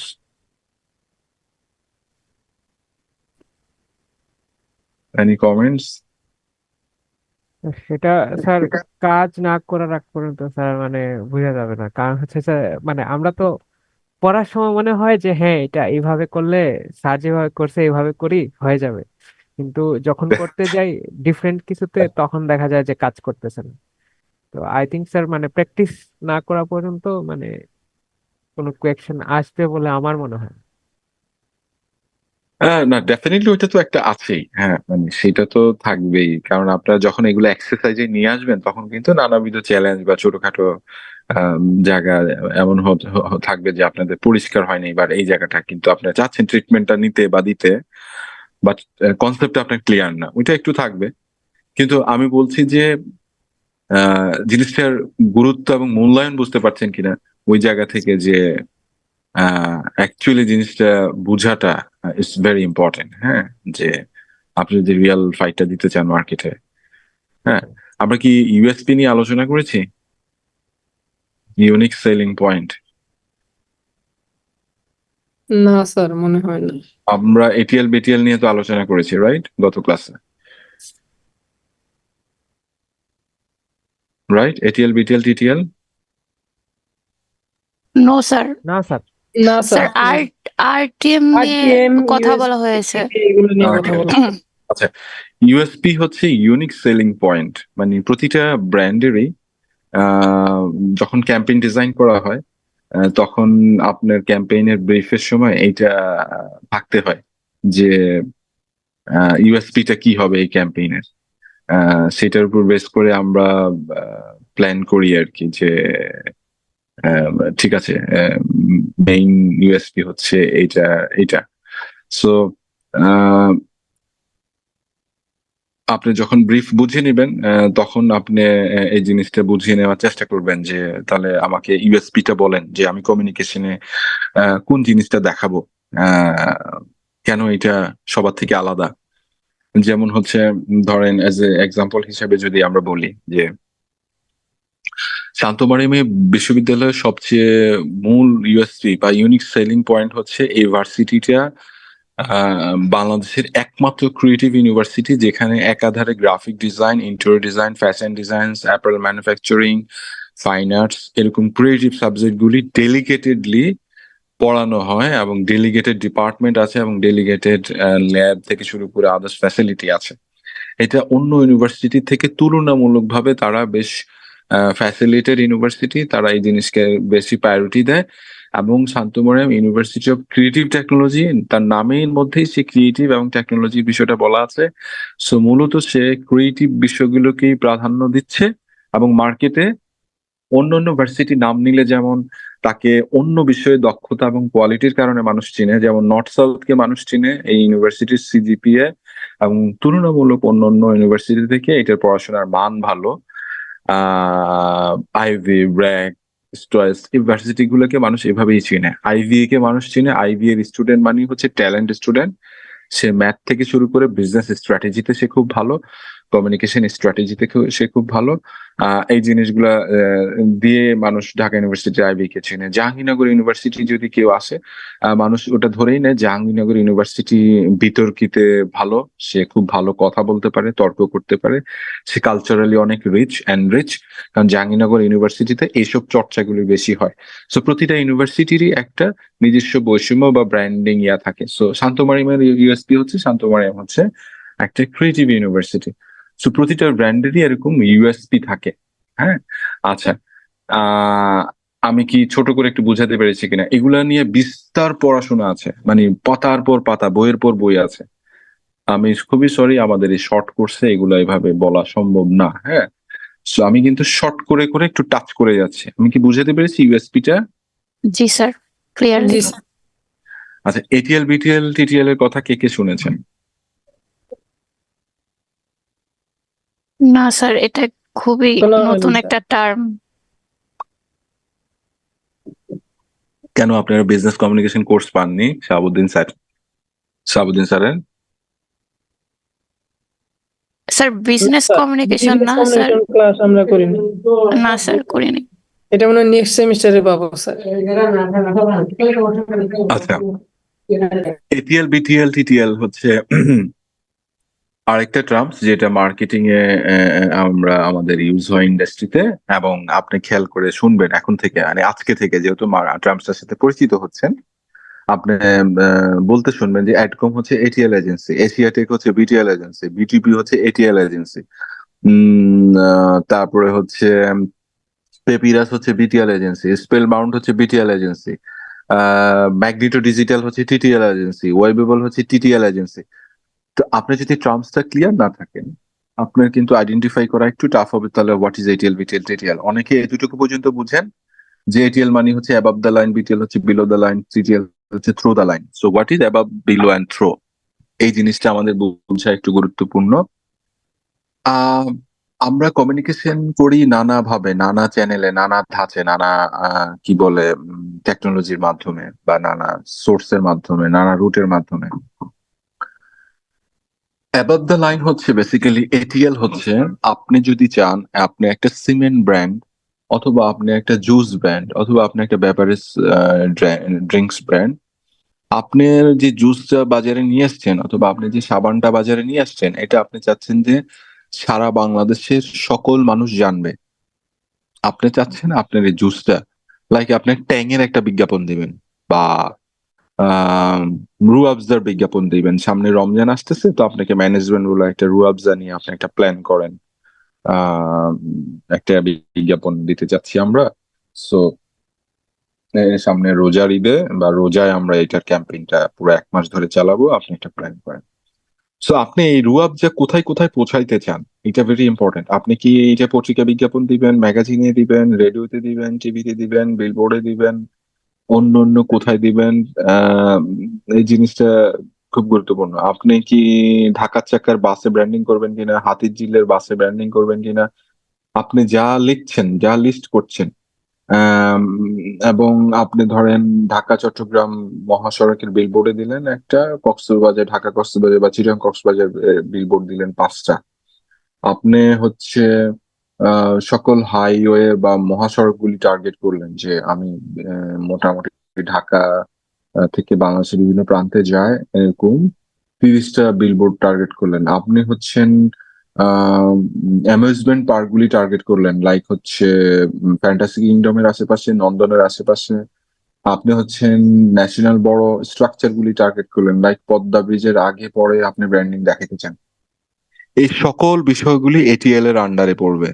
মানে যেই বিষয়টা কাউন্টেবল না, অপরিসীম, বিশাল বড় সাইজে হবে। আপনি এখন যদি এনটিভি আরটিভি চ্যানেল আইতে বিজ্ঞাপন দেন, আপনি কিন্তু জানেন না আপনার এই বিজ্ঞাপনটা ওই সময়ে কত মানুষ দেখতে পেরেছেন, বাট আপনি টার্গেট করছেন সারা বাংলাদেশের মানুষ দেখবে। সেই যে বড় টার্গেট করা, বড় ক্যাম্পেইন করা, বড় অডিয়েন্সকে রিচ করার প্ল্যান করা, বড় চ্যানেলকে পিক করা, এগুলো সব এটিএল এ যাবে, অ্যাবাভ দ্য লাইনে। আপনি আহ, বড় ক্যাম্পেইন করতে গেলে আপনার যেমন এটা মাথায় রাখতে হবে, এটিএল মানে হচ্ছে এক্সপেন্সিভ। আপনি যদি একটা বিজ্ঞাপন বানান, ধরেন বিজ্ঞাপনটা বানাতে 20 লাখ টাকা গেল, বিজ্ঞাপনটা অন ইয়ার করতে কিন্তু আরো 1 কোটি টাকা খরচ আছে। তো বেসিক্যালি বিজ্ঞাপনটা টোটাল কস্টিং পড়লো 1,20,00,000।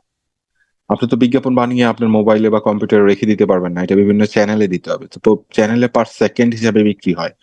1 সেকেন্ডের চ্যানেল বুঝে দাম হয় 5 থেকে 50,000, 1 লাখ টাকা চ্যানেল বুঝে।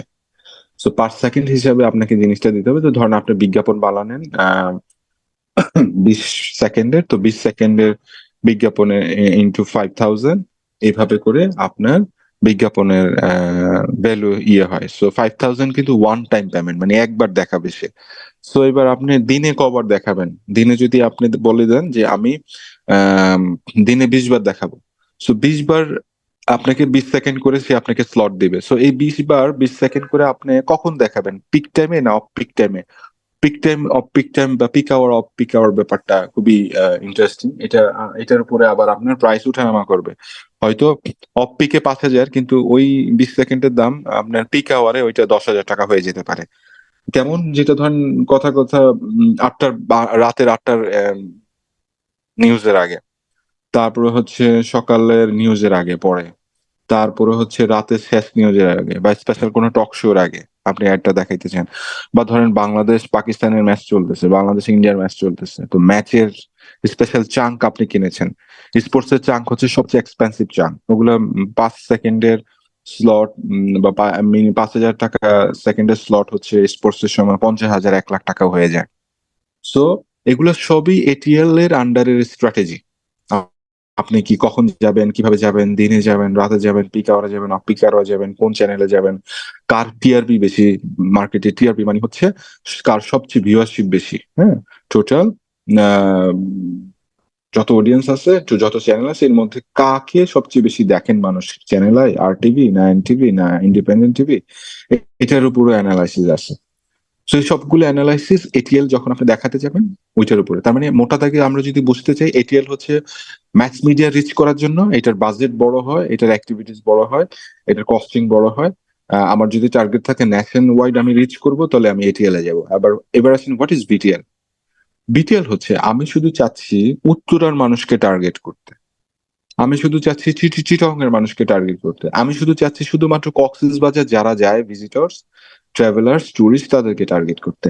মানে যেটা কাউন্ট করা যায়, কাউন্টেবল। আপনার ওয়েবসাইটে আজকে কতজন ভিজিট করে গেছে আপনি কিন্তু কাউন্ট করতে পারবেন। আপনারা আজকে কতজন ক্লাস করছেন আমি কিন্তু কাউন্ট করতে পারবো, কারণ আপনাদের সবার প্রেজেন্স দেখা যাচ্ছে। আপনারা আজকে শান্তমারিয়ামে কত স্টুডেন্ট ঢুকেছে ভার্সিটি চাইলে কাউন্ট করতে পারবে, যদি গেটে সে কাউন্টার মেশিন সেট করে দেয়, লেজার মেশিন অটোমেটিক ওখানে একটা পার্সেন্ট ঢুকবে, ফেস আইডেন্টিফাই করবে আর বলে দিবে যে আজকে সারাদিনে আজকের ডেটে 1730 জন মানুষ ঢুকছে। সো বিটিএল অলওয়েজ কাউন্টেবল, এবং এটা এরিয়া ভিত্তিক বা জোন ভিত্তিক বা ক্লাস্টার ভিত্তিক, এলাকা ভিত্তিক। হ্যাঁ, যেটা কোনো একটা জেলাকে বোঝায়, থানাকে বোঝায়, উপজেলাকে বোঝায়, একটা স্পেশাল টেরিটরিকে বোঝায়, ওইটাকে বেস করে যদি আপনি একটা ক্যাম্পেইন করতে চান, যেমন আপনি আর্মি স্টেডিয়ামে কনসার্ট করবেন, বাংলাদেশে আতিফ আসলাম আসতেছে সামনে। সো আতিফ আসলাম যে আসতেছে এটা পঞ্চগড়ের মানুষকে জানানোর দরকার নাই, আতিফ আসলাম যে আসতেছে এটা ধরেন মুন্সিগঞ্জ ভেড়ামারার ওই লোককে জানানোর দরকার নাই। আতিফ আসলামের টিজি ঢাকা বেস। হ্যাঁ, কিছু মানুষ হ্যাঁ সিলেট চিটং থেকে আসবেন, সেটা সংখ্যায় খুবই কম, বা যারা ধরেন আতিফ আসলামের কনসার্টে আসতে চাবেন সেটা। বাট দেখবেন যে আতিফ আসলামের কনসার্টের campaign is more about online base, is more about Dhaka base. রেডিসনের সামনে দিয়ে বিলবোর্ড টাঙাতে পারে, বা তারপরে ম্যাগাজিনে আসতে পারে। তারপরে হচ্ছে দেখবেন যে বিজনেস পিপল বা আমরা যারা অডিয়েন্স আছি, আমরা যে ধরনের অনলাইনে বেশি ঘাটাঘাটি করি, সেসব অনলাইনে ডেইলি স্টারে শেয়ার দিবে, প্রথম আলো .com এ শেয়ার দিবে। হ্যাঁ, তার মানে কি তার স্পেশাল একটা টিজি দরকার। সে সকলকে জানাইতে চায় না যে আতিফ আসলাম বাংলাদেশে আসছে, সে স্পেশাল টিজি বা অডিয়েন্সকে জানাইতে চায় যারা টিকিট কিনে আতিফ আসলামের কনসার্টে আসবেন। ঠিক আছে, এবার আসি through the line. Through the line is look like ATL এবং বিটিএল এর ক্রস ফাংশনাল কাজ থাকবে, যে আতিফ আসলাম আসতেছে এটা চাইলে আপনি টিভি অ্যাডও জানাইতে পারেন, স্পেশাল ধরেন সময় টিভির স্পেশাল সংবাদের আগে আপনি জানাই না। আবার আপনি বিলবোর্ড পোস্টারও করতে পারেন। সো আপনি এটিএলও নিলেন, বিটিএলও নিলেন, ইনক্লুডিং ডিজিটাল অ্যাসেটস। হ্যাঁ, থ্রু দ্য লাইন বা টিটিএলটা মোর অ্যাবাউট ডিজিটাল প্রেজেন্স কে বোঝায়, যে আপনি অনলাইনে টিকিট সেল করতেছেন, তাহলে টিকিট বেচা থেকে আপনি বুঝতে পারছেন যে কত মানুষ টিকিট কিনেছে অনলাইনে। তারপর হচ্ছে আপনি অনলাইন যত বিজ্ঞাপন দিচ্ছেন, ধরেন Prothom Alo .com, Daily Star, অন্যান্য অনলাইন প্ল্যাটফর্ম, BDjobs.com। বিডি জবসে প্রচুর মানুষ, বাংলাদেশের one of the highest visitable site হচ্ছে BDjobs.com। সো বিডি জবসে আপনি অ্যাড দিলেন, প্রচুর মানুষ ওখানে যায় ফর কি বলে জব পারপাস, বা হয়তো কেউ জবটা চেঞ্জ করতে চায়, কারণ প্রচুর মানুষ বিডি জবসে যান। আপনি ওখানে ব্যানার বা অ্যাড দিতে পারেন, যেটা থেকে আমরা বুঝতে পারবো যে আতিফ আসলাম এত তারিখে বাংলাদেশে আসতেছে। So, আমি কি তিনটা মোটা দাগে বোঝাতে পেরেছি কিনা? আমি একটু ভিজুয়াল দেখাই। এটিএল হচ্ছে above the line, it's more about national লেভেলের ক্যাম্পেইন বা বড় পরিসরে যদি আপনি কোনো ক্যাম্পেইন করতে চান। বিটিএল হচ্ছে below the line, it's target group oriented, specific কোনো এরিয়া বা লোকেশনে এটা কোয়ান্টিফাই করা যায়।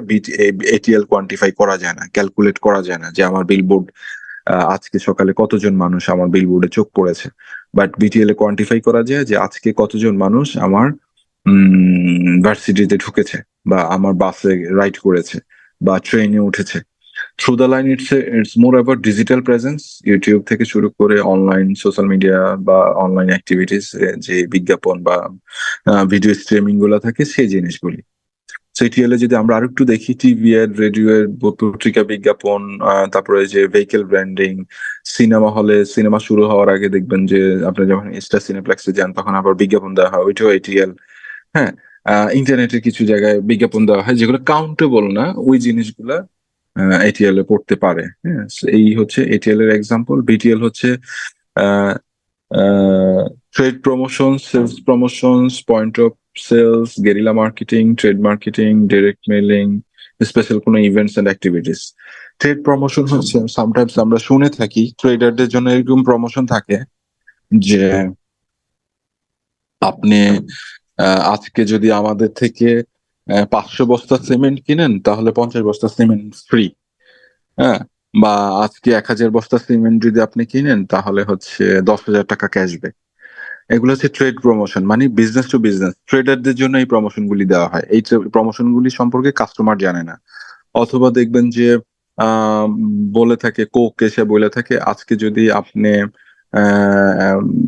50 কেস কোক রাখেন তাহলে হচ্ছে 1 কেস কোক ফ্রি, মানে 51তম কেস আপনার জন্য ফ্রি থাকে। এরকম ট্রেড প্রমোশন অফার থাকে, এগুলা টার্গেট ওরিয়েন্টেড, কাউন্টেবল। এই অফার গুলি বিটিএল মার্কেটিং এর পর্যায়ে পড়ে। সেলস প্রমোশন যদি থেকে থাকে যে 70% ডিসকাউন্ট, 30% ডিসকাউন্ট, 5% ডিসকাউন্ট, এই জিনিসগুলি আপনার বিটিএল এ পড়বে। Point of sales materials like হচ্ছে আমরা দেখবো যে আগুরা মিনা বাজার স্বপ্নতে ঢুকলে দেখবো যে একটা পিওএস থাকে, স্পেশাল ব্র্যান্ডিং করা জায়গা থাকে।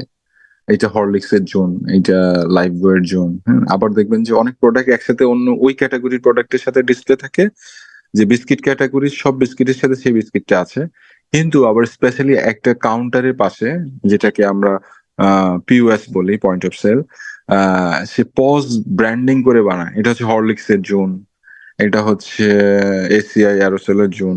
ওই স্পেশাল যে ব্র্যান্ডিংটা করে ওইটা বিটিএল এর আন্ডারে পড়বে। গেরিলা মার্কেটিং এইভাবে বলে বোঝানো একটু টাফ। আপনার গেরিলা মার্কেটিং বলে সার্চ দিলে অনেক ইন্টারেস্টিং ভিজুয়ালস পাবেন। গেরিলা মার্কেটিং হচ্ছে ধরেন আপনি আপনার হচ্ছে রঙের কোম্পানি, ঠিক আছে, ধরেন বার্জার। তো বার্জার গুলশান একে বললো আমরা তো গুলশান একে চত্বরে সবাই দেখি যে জেব্রা ক্রসিং আছে, রাইট?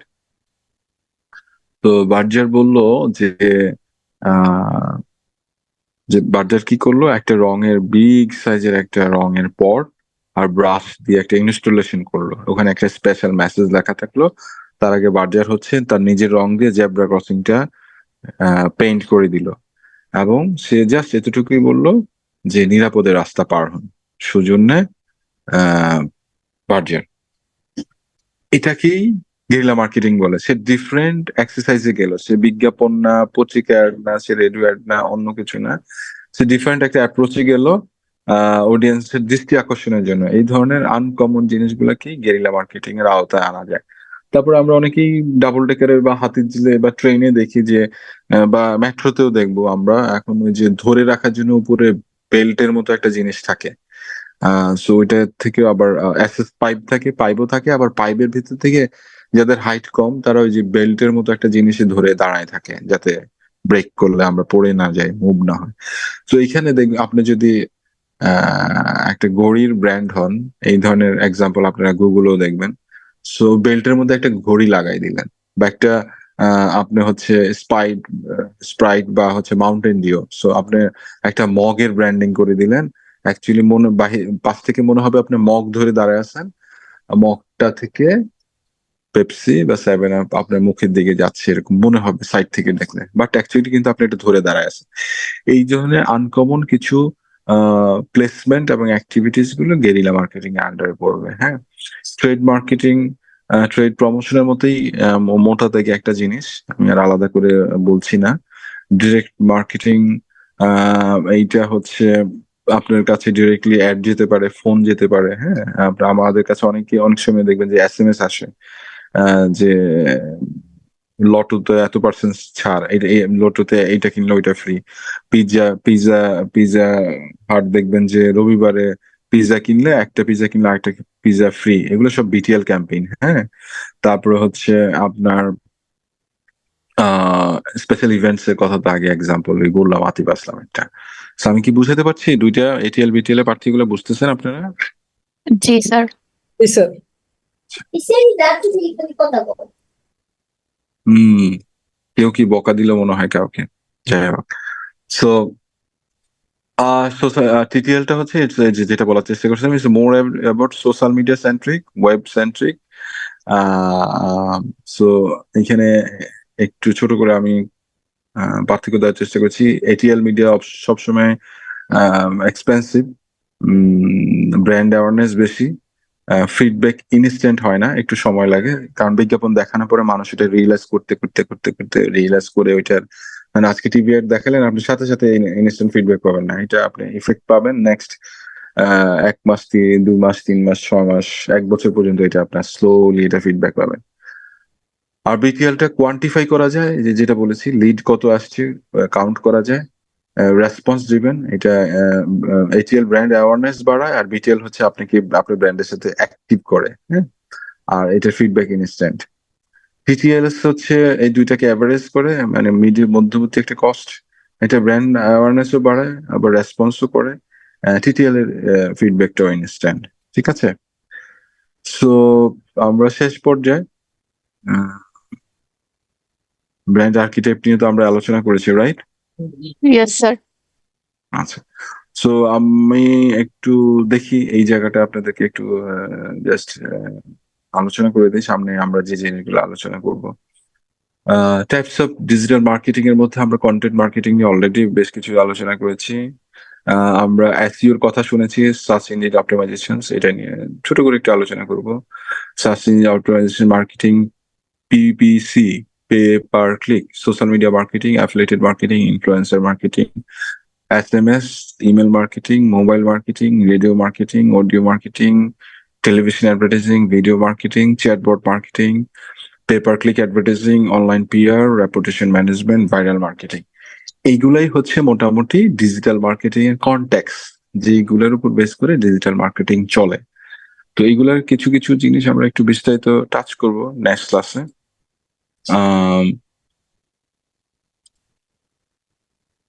যেমন হচ্ছে অনলাইনে কি কি ক্যাটাগরিতে আমরা বিজ্ঞাপন দিয়ে থাকি। স্ট্র্যাটেজিক ইমেজ থাকে, টেক্সট থাকে, ফ্লোটিং ব্যানার থাকে, ওয়েলপেপার থাকে, পপ আপ অ্যাড থাকে, ফ্ল্যাশ থাকে। ফ্ল্যাশের যদিও টেকনোলজিটা এখন কম চলে বা কম ইউজেস হয়, এছাড়া ভিডিও স্ট্রিমিং থাকে। এই ক্যাটাগরি গুলোতেই আমরা ডিসপ্লে অ্যাড করে থাকি অনলাইনে।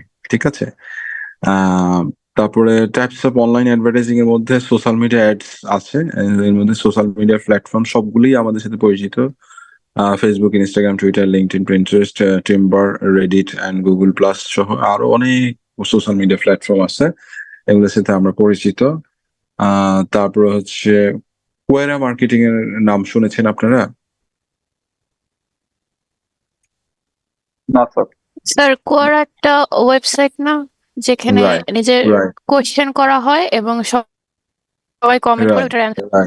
রাইট, সো এটা খুবই ইন্টারেস্টিং মার্কেটিং চ্যানেল। এখানে কোনো প্রোডাক্ট থাকে না, পণ্য থাকে না। ওয়ার্ল্ডের বিভিন্ন জায়গা থেকে মানুষ কোশ্চেন করে যে বাংলাদেশের বেস্ট ক্রিয়েটিভ গ্রাফিক ডিজাইনার কোনটা। এটা আপনারাই ইচ্ছা করে কোশ্চেনটা করলেন, আবার আপনাদেরই আরেক মানুষ এসে অ্যান্সার দিলেন যে বাংলাদেশের বেস্ট ক্রিয়েটিভ গ্রাফিক ডিজাইনার আছে শান্তমরম ইউনিভার্সিটি, বিকজ অফ এখানে এই ফ্যাসিলিটি আছে। সো এইটা হচ্ছে কোয়ারা মার্কেটিং, হচ্ছে একটা ওয়েবসাইট যেখানে গুগলের কোথাও খুঁজে না পাওয়া গেলেও অ্যাটলিস্ট এই ওয়েবসাইটটায় এসে আপনি একটা অ্যান্সার পাবেন। সো এইটাও কিন্তু অনলাইন মার্কেটিং এর পার্ট। ঠিক আছে, সো অনলাইন ভিজুয়াল মার্কেটিং একটা স্টোরি আছে, স্টোরিটা আমরা বেশ কিছু সময় নষ্ট করব না, এগুলো আমি নেক্সট ক্লাসে আলোচনা করার চেষ্টা করব। আমি একটু বলি, অনলাইন মার্কেটিং এ 3টা ক্যাটাগরিতে হয়। মিডিয়া টাইপস হচ্ছে paid media, own media, earn media. Paid media is like যেটা আপনাকে টাকা দিয়ে খরচ করতে হবে। যেমন হচ্ছে আপনার ধরেন বিডি জবসে আপনাকে তো ফ্রি অ্যাড দিতে দেবে না, সো এটা পেইড মিডিয়া। বাট আপনি আপনার সোশ্যাল মিডিয়াতে আপনার নিজের পেজে কিন্তু ফ্রি অ্যাড দিতে পাচ্ছেন। মানে ফ্রি অ্যাড বলতে যেটা বুস্ট করছেন সেটা না, যেটা আমরা কন্টেন্ট বা কনটেক্সট যেটা উঠাচ্ছেন সেটা কিন্তু আপনি ফ্রিলি উঠাইতে পারছেন। তো এগুলো হচ্ছে ওন মিডিয়া। অথবা হচ্ছে আপনার নিজের ওয়েবসাইট, হ্যাঁ, এটা কিন্তু আপনি কাউকে টাকা দিতে হচ্ছে না। ই বুক, ভিডিও, ইমেলস, হ্যাঁ, ব্লগিং, এগুলো ওন মিডিয়া, এগুলাতে আপনাকে কাউকে টাকা দিতে হচ্ছে না, নিজে জিনিসগুলাই আপ করতে পারছেন। আর্ন মিডিয়া হচ্ছে যেটাকে বললাম পেইড করে আপনাকে অপটিমাইজ করতে হয়। শেয়ার মিডিয়া হচ্ছে সোশ্যাল মিডিয়ার যত প্ল্যাটফর্ম আছে, হ্যাঁ, এই প্ল্যাটফর্ম গুলি শেয়ার মিডিয়া বা পার্টনার মিডিয়া বলতে পারেন আপনি। হ্যাঁ, এইভাবে জিনিসটা আইডেন্টিফাই হয়। আমরা আস্তে আস্তে নেক্সট ক্লাস থেকে এগুলাতে একটু ভিতরে ঢুকবো। ঠিক আছে, তো আজকে যেটুকু পর্যন্তই। কারো কোনো প্রশ্ন থাকলে প্লিজ। স্যার আমার একটা কোশ্চেন ছিল, প্লিজ। এটিএল, বিটিএল আর টিটিএল নিয়ে। একটা ব্র্যান্ড কি শুধু একটা প্রসেস ইউজ করতে পারবে নাকি একটা ব্র্যান্ড তিনটা একসাথে প্রসেস করতে পারবে? স্মার্ট ব্র্যান্ডগুলি তিনোটা জিনিসই প্যারালালি চালায়, ঠিক আছে? এটা ডিপেন্ডস, আবার ইন্ডাস্ট্রি বুঝেও ডিপেন্ড করে যে এরকম অনেক ব্র্যান্ড আছে সে এটিএল বিটিএল করে না, সে শুধু টিটিএলই করে, মানে শুধু ডিজিটালি প্রেজেন্স থাকে। হ্যাঁ, আবার সে শুধু বিটিএল এটিএল করে, বিটিএল টিটিএল করে, এটিএল করে না। যেমন হারনেট একটা কসমেটিক্স ব্র্যান্ড আছে বাংলাদেশে, আমরা খেয়াল করেছি, নতুন আসছে, স্যার হারলেন বাংলাদেশ। লাইক হারলেন বাংলাদেশ। হ্যাঁ হ্যাঁ So, হারল্যান্ড কি করছে? হারল্যান্ড কিন্তু এটিএল করে নাই, হারল্যান্ড শুধু বিটিএল আর ডিজিটালি প্রেজেন্স ছিল। এর মধ্যে বাংলাদেশের মানুষ যারা যারা এটা টার্গেট গ্রুপ তারা তাদেরকে চিনে ফেলছে। সো এই স্ট্র্যাটেজি আপনাকে নিতে হবে, আপনি কোনটাতে গেলে পরে আপনি ভালো রিচ বা আপনি স্পেসিফিক টার্গেটের কাছে পৌঁছাইতে পারবেন। হ্যাঁ, ওকে বুঝতে স্যার। পেরেছি? জি স্যার। স্যার তাহলে কি আমরা বলতে পারি যে এটিএল এখন কম পপুলার, লাইক আমরা তো এখনো টিভি অর রেডিও এখনো বেশিরভাগ শুনি না, বেশিরভাগই বিটিএল আর টিটিএল এর দিকেই ঝুঁকতেছে। সো আমরা কি এটা বলতে পারি যে এটিএল একটু less important or less famous? এখনো ওই সুযোগটা আসেনি, কারণ হচ্ছে আপনি এখনো ন্যাশনাল লেভেলে যেতে চাইলে আপনি যে বড়, আপনি যে নামকরা ধরেন বিস্কিট ব্র্যান্ড, এটা যদি অডিয়েন্সের সামনে বুঝাইতে চান আপনাকে এখনো টিভি অ্যাডে যাইতেই হবে। সো আপনি টিভি কম দেখেন বা বেশি দেখেন সেটা আরেকটা রিসার্চের ইস্যু। যখনই মানুষ আপনাকে একবার হইলেও টিভিতে দেখবে, মানুষের পারসেপশন ক্রিয়েট হয়, হ্যাঁ আপনি একটা বড় ব্র্যান্ড, ঠিক আছে? ওইটা পারসেপশন, এখনো আমরা ওই পারসেপশনে আছি। হ্যাঁ, স্যার এটা তো মনে হয় একটা সার্টিফিকেটের মতো কাজ করে। রাইট রাইট বলতে পারেন। বাট হ্যাঁ, এটা সত্য আপনি যেটা বলছেন যে এটিএল এর ব্যবহার কমে আসছে, কারণ হচ্ছে এটাতে ইনভেস্টমেন্ট বেশি, রিটার্নও বেশি, মানুষ বেশি জানতে পারছে। কিন্তু একটা ওই যে বললাম, একটা টিভি এড বানাইতে 20 লাখ, এটা দেখাইতে আরো 1 কোটি টাকা লাগে, 1 কোটি 20 লাখ। কিন্তু 1 কোটি 20 লাখ যদি আপনি টিটিএল এ খরচ করেন, আপনি তো গরম করে দিতে পারবেন মার্কেটে। সো জি এটা স্যার। যে ইনভেস্টমেন্ট বেশি, এটা থেকে একটু মনোযোগ সরে আসতেছে আস্তে আস্তে মানুষের।